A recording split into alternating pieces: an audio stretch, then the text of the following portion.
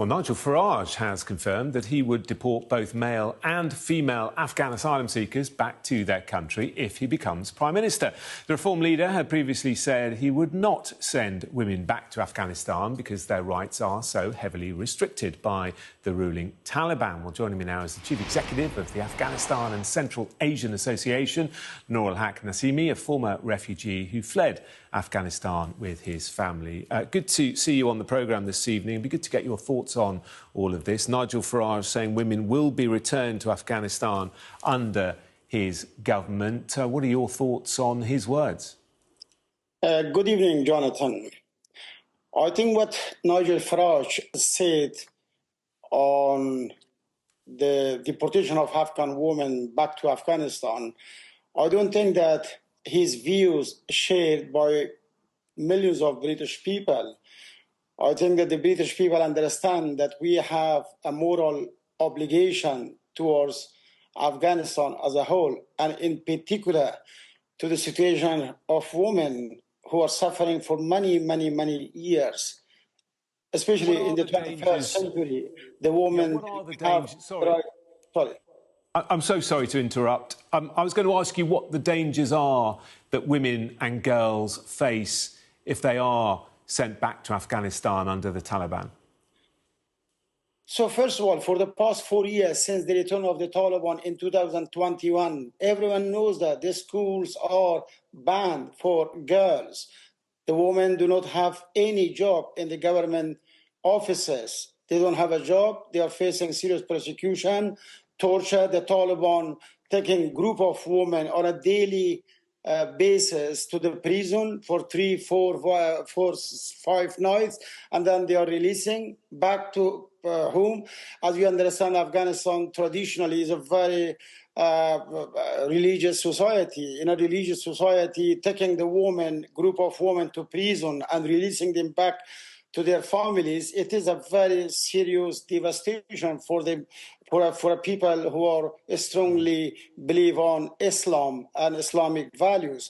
But anyway, I think that the issues around the women's rights in Afghanistan is a very serious concern. That's why I'm saying that we as the British people, we have the moral obligation to support the people of Afghanistan because they are suffering since the Soviet invasion in 1979. The people of Afghanistan, they are facing devastation for the past 46 years, and in particular during the Taliban 25 years ago, and now again since 2001, they are living in a very difficult situation back home in Afghanistan. And listening the statement made by Nigel Farage, I think it. First of all, he needs to maybe refer to the Human Rights Convention on migrants. On the other hand, I would advise Nigel Farage to visit Afghanistan at least for 1 week and walk on the Kabul street, the capital of Afghanistan, and see the women who are sleeping on the roads, women who are homeless, the women who do not have any basic rights as we have in any other normal societies in the world. Yeah. Let me ask you this, because deportations back to Afghanistan are suspended at the moment, but even this government does refuse some women asylum, doesn't it? Every case is looked at individually. So when I was at a number of meetings since the Russian invasion in 2022 in Ukraine, I realized the number of refugees from Ukraine to the United Kingdom increased up to 300,000 people. But when you look at the situation of Afghanistan, what is going on back home, and then the number of people who arrive in the UK is much smaller than the numbers from Ukraine.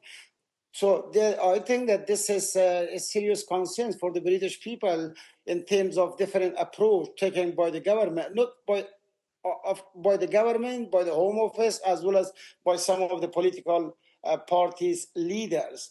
And my advice is to include the Afghanistan diaspora into the maybe decision makers. And at the moment, we do not have any single representation in the UK politics where we can advocate on behalf of the thousands of the diaspora community, in particular the women's.